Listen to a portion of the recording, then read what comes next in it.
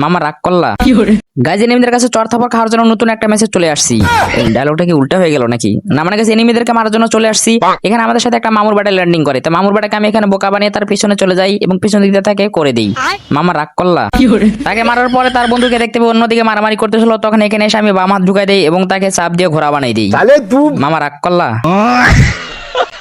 65 বছর পর আমি আমার নানার ফ্যাক্টরিতে আসছিলাম একটু দেখার জন্য, তখন দেখি একটা গুন্ডা এসে চাঁদা চাচ্ছিল, তখন গুন্ডাটার মাথায় বাড়ি মেরে আমি তার মাথাটা ফাটাই দিই। কিন্তু দুঃখের বিষয় হচ্ছে কোন দিক থেকে জানি একটা এনিমি আমার কিল্লা চুরি করে নেয়। সুবহানাল্লাহ।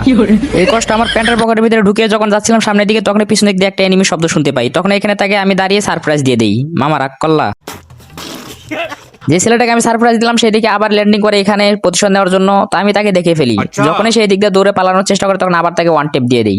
মামা না এবার কমু না, কারণ এবার শিউর হয় রাগ করছে। 7 সমুদ্র 13 নদী পাড়ি দেওয়ার পর দেখতে পাই বিমান শক্তিতে একটা এনিমি তার বংশবৃদ্ধি কার্যক্রম শুরু করছিল, তো আমাকে দেখে সেদিকে পালানোর চেষ্টা করে, তখন আমি তাকে বাড়ি মেরে তার মাথাটা ফাটাই দিই। তাকে মারার একটু পরে দেখতে পাই একটা সুন্দরী আপু চলে আসছে এখানে লুটপাট করার জন্য, তখন আমি সুন্দরী আপুকে সুন্দর করে আমার নরম হাতে তাকে একটা হেডশট দিয়ে তাকে ঘোড়া বানাই দিই।